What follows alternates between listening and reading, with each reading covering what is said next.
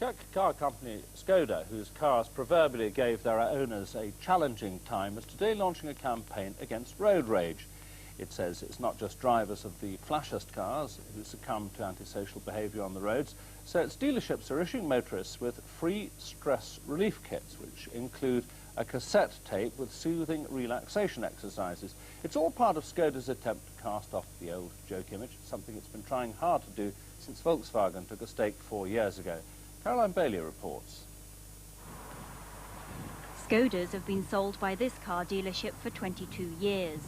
So it's lived through the jokes and the change from the old communist-made model to the new Felicia, which came onto the market here in May.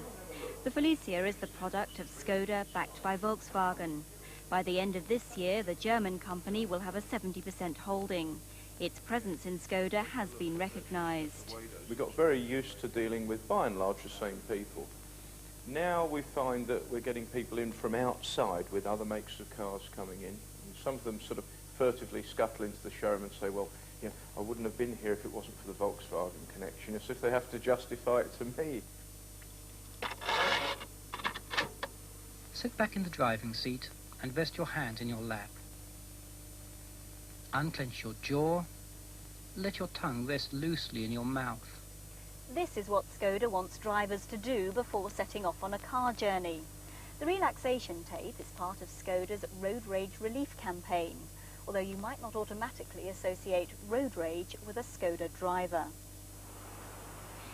Skoda is clearly trying to raise its profile, both through its poster campaigns and its apparent concern about road rage, irrespective of whether you're driving a Skoda. But in spite of the jokes, it hasn't contemplated changing its name. Well, why should we? I mean, we're 100 years old as a car manufacturer, the third oldest car manufacturer in the world. We have a great heritage and tradition. We won the World Rally Championship last year. We're renowned for our motorsport and our performance. Everybody knows the name Skoda. Once they understand what the truth is behind the brand and the qualities of the car, then we're sure that people will change their mind.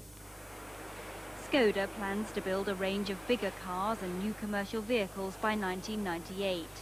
In the meantime, it's bringing out the Felicia as an estate car with 3 different engines. Skoda says the model symbolises its metamorphosis.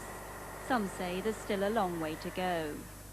The company is the butt of jokes to many people, and although you can make improvements along the way and you can help things, I mean, it will take many, many years, if ever, to shed that image completely. And I don't think they should shed that image. I think that they are a company that's at the lower end of the car market, producing cheap East European products, and they've got a nice little niche for themselves there, and they should carry on exploiting that. Skoda is still extremely sensitive about how the public perceives it. Volkswagen's input has clearly inspired greater confidence. But until the jokes about the old Skodas are finally laid to rest, the company will continue to channel its energy into convincing potential new customers that the car and the image